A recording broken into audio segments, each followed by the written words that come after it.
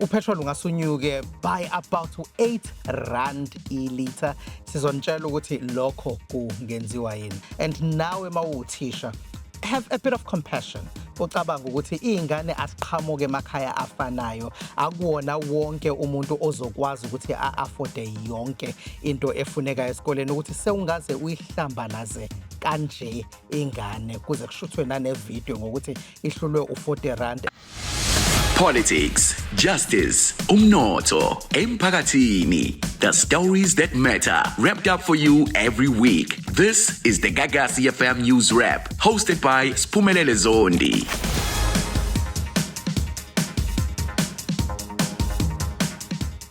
Hey Dawala, igama Siphumelele Zondo nondaba ofika nezindaba every single week right here kuyiGagasi FM News Wrap.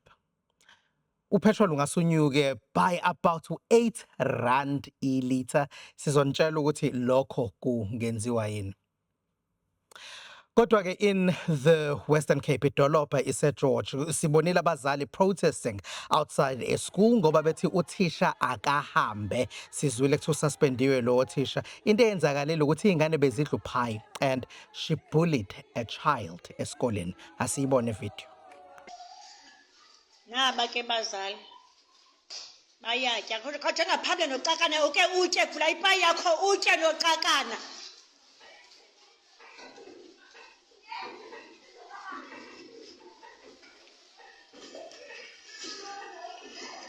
Nansi pain bazali bam and ke andikwazi ukwenza ngakumbi. Wonke umntana eklasini uyatya andikwazi ukwenza ngakumbi. So into eyenzakalile kulesiya sikole njengoba nibona kwivideo ukuthi izingane besicela ukuthi zifike nemali for ophayi ukuthi zidle esikoleni. This was for a fundraising initiative kulesiya sikole, lona kusho ukuthi akakwazanga yena uku-afforda ukuthi eze nalo 40 rand ofunekayo njengoba kwenzeka lento eniyibonayo kwivideo. So what law could she have broken? Nangu uSizwe Cele esichazela. Iningi imithetho ayiphulile, but more so concerning privacy, yabo. You cannot close information enjengaleyana. Ingane, they are the age where they cannot give consent. They can't really enter an agreement. The parents that enter into an agreement with the school, or teacher, they are just employed by the Department of Education. So they're acting they're in the employ of the school and the Department of Education. So they can't really enter into an agreement. So in this case, if the matter goes to court, it will have to go to the High Court, because the High Court is the upper guardian of all minor children as per the Constitution, yeah.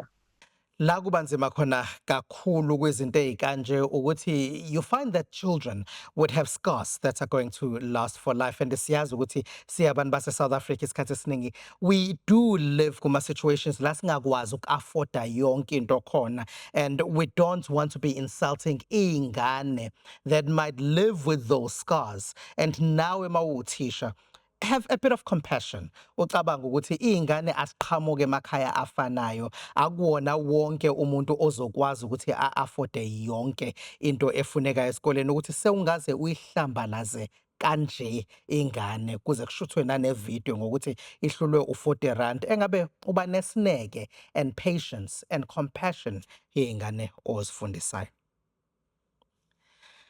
Bese ke kuba ile mali kapetrol kuyashiwo ukuthi yeyi ungase unyuke ngemali ethi ayibe u8 rand ngenyanga ezayo. Kunempi eyenzekayo ukuthi niyabona kuyaqhuma lapha ko Strait of Hormuz. I-Strait of Hormuz ilapha ngase Iran, khona no Oman, khona no United Arab Emirates lapha ngase Strait of Hormuz. Amazwe ano oyela omningi ngendlela emangazayo ukuthi uoyela lo esiwusebenzisayo entweni eziningi uqhamuka lapha. Lento ke iqale ngoDonald Trump oqhumise i-Iran. I-Iran yathi ngiyayiphindiselela, kodwa ke uTrump uyakhuluma uthi hayi kuyogcina mina.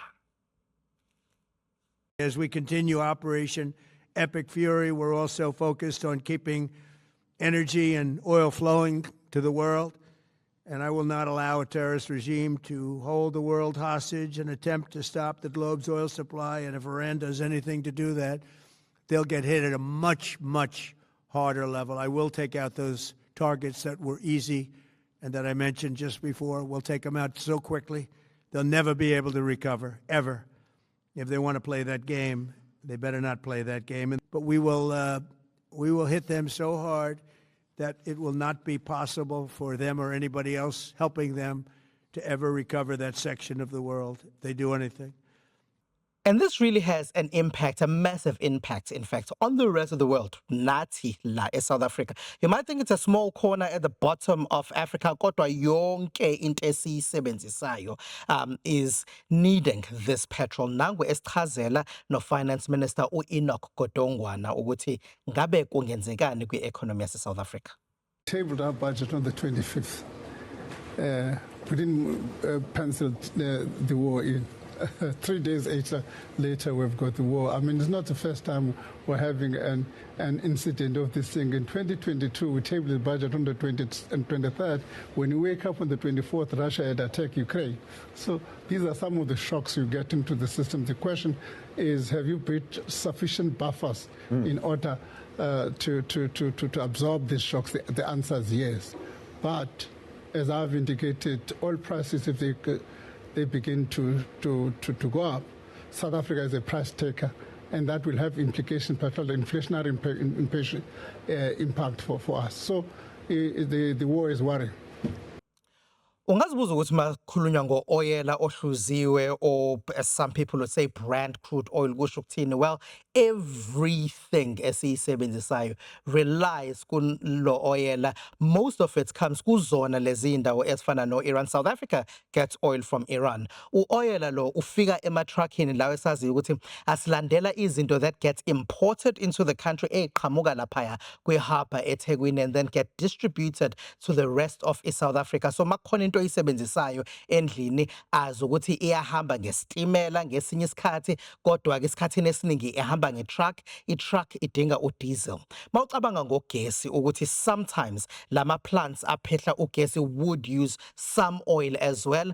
Lo oyela or lo diesel nawo uyaqhamuka khona laphaya kuyindawo eyifana no-Iran, and that's why that Strait of Hormuz sibaleke kangaka. That's why Iran iqale yaqhumisa kwasani edlula no-oyela in that Strait of Hormuz, because they want to collapse i-economy yomhlaba ukuthi lalele America iyasiqhumisa as-collapse i-economy yomhlaba wonke. Cabange nemoto ke oyisebenzisayo, whatever you could be eating endlini kuhamba emgaqweni. It's either you need petrol, you need diesel. South Africa's lifeline and the economy relies a lot ku diesel. So siyadinga ukuthi iphele le yampi eyenzekayo laphaya e-Middle East, so life can be cheaper la eSouth Africa.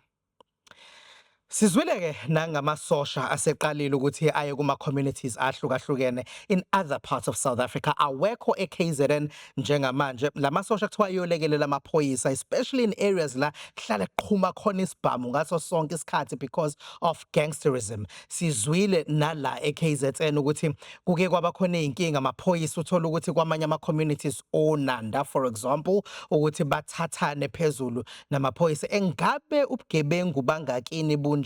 Do you think amasosha are going to, could possibly help if angadistribute wona la eKZN ezinangakini? All right, and that's all we have for you. Remember ukuthi ungasithola kwi-app yayo iGagasi FM. And now if there's something that you want to comment on anything that we have la, sibhalele khona la ngaphansi. Kodwa mina nawe sobe sesiyixoxa lezi la hlangana khona uma sesikhuluma bukhoma. Kumina uBhekani Siphumelele wakaZondi, asiphinde sihlangane. Catch a brand new episode njalo ngolwesihlanu ngo4 ntambama. You can watch the vodcast noma ungalalela i-podcast kwi-app yethu noma inini noma kuphi. Gagasi FM News puts KZN first.